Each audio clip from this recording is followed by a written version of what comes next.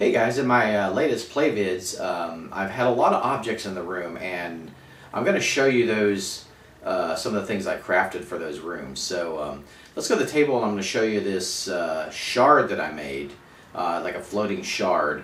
Kind of similar in idea to the floating artifact that I did out of cardboard, but I wanted to have it look like it was broken up.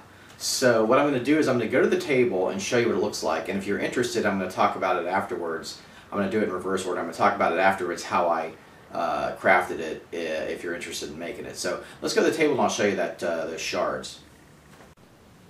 So I'm going to talk about in-game use for these first, and then I'll go to the table and talk about how I crafted them. But you can see there are these strange floating shards, and they're broken up, and they have these strange runic symbols on them, and they're this weird blue color. In my campaign, I'm having this stuff called Eldritch Magic, which is like an ancient chaos type magic, and it's very hard to control. So most modern day, well, you know, relatively modern day mages in the campaign use the arcane. They don't mess with the Eldritch, but the Eldritch can be very powerful, but it's also very chaotic. So these damaged crystals were causing havoc in the game. Anytime someone would cast magic or cast spells, these would move towards the person and could shoot at them with a randomly rolled effect.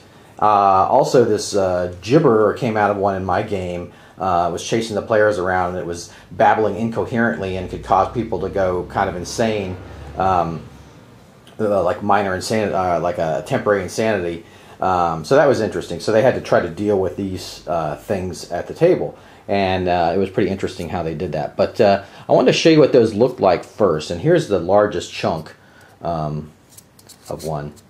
But I want to show you what those look like. And then now I'll go to the table and talk about how I crafted these. The basis of my project is this construction styrofoam that you use. It's an insulation foam. It's that they have pink. They come in pink and blue. And you put them on the side of houses to insulate the house. Now I like to use the 2-inch width foam, but this stuff is great because it's very solid. Like it has a lot of strength compared to the styrofoam that beads up and just breaks apart. So it's nice to carve, and it's nice to carve detail into with an engraving tool.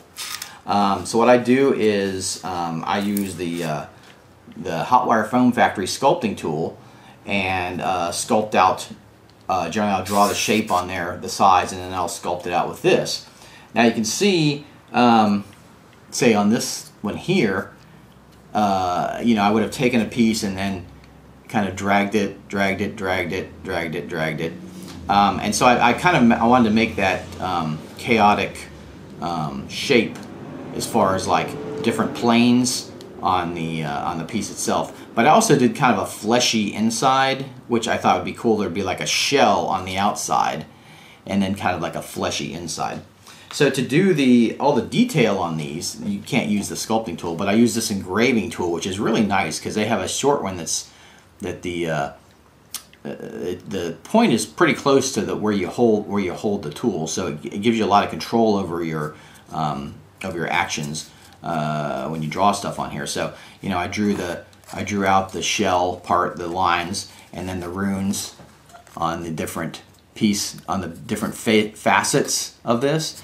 And on the inside, I want to have kind of like this amorphous magic looking stuff. So I carved it out like I just, you know, did around the edge and then carved it out like that. So that gave I think a really nice effect on that. And so yeah, those were just the two sculpting tools I used for this. And then you can see it has, I did a base. The base is just a wood base. It's a woodsy that you can get from craft stores. You can really use anything for a base, but I used the woodsy because I drilled a hole in the center, and then I used the cocktail, or the barbecue skewer for the stand of this, and just painted it black. I also did a little bit of rubble on the base with just the construction sand, and that helps give it a little weight too to hold up. So yeah, I think those came out really nice. And I did a bunch of different sizes. This one really has a lot of the fleshy part coming out. This one has two sides of the fleshy part, but it still has some of the shell, you know, around it. And then I did one large one that's basically hasn't been breached. So you're not seeing any of the fleshy part on that. But yeah, I thought those came out really neat, and that's a great way to make you know, strange floating shards. And I'll see you next time on the craft. Hey you, yeah you, back here. Huh? I know it was short, but what do you expect? It was a short tip. Watch longer episodes if you want, jeez, and quit bugging me. Hey, and make sure you join the forum too, I almost forgot. Oh, yeah, and have a magical craftastic day.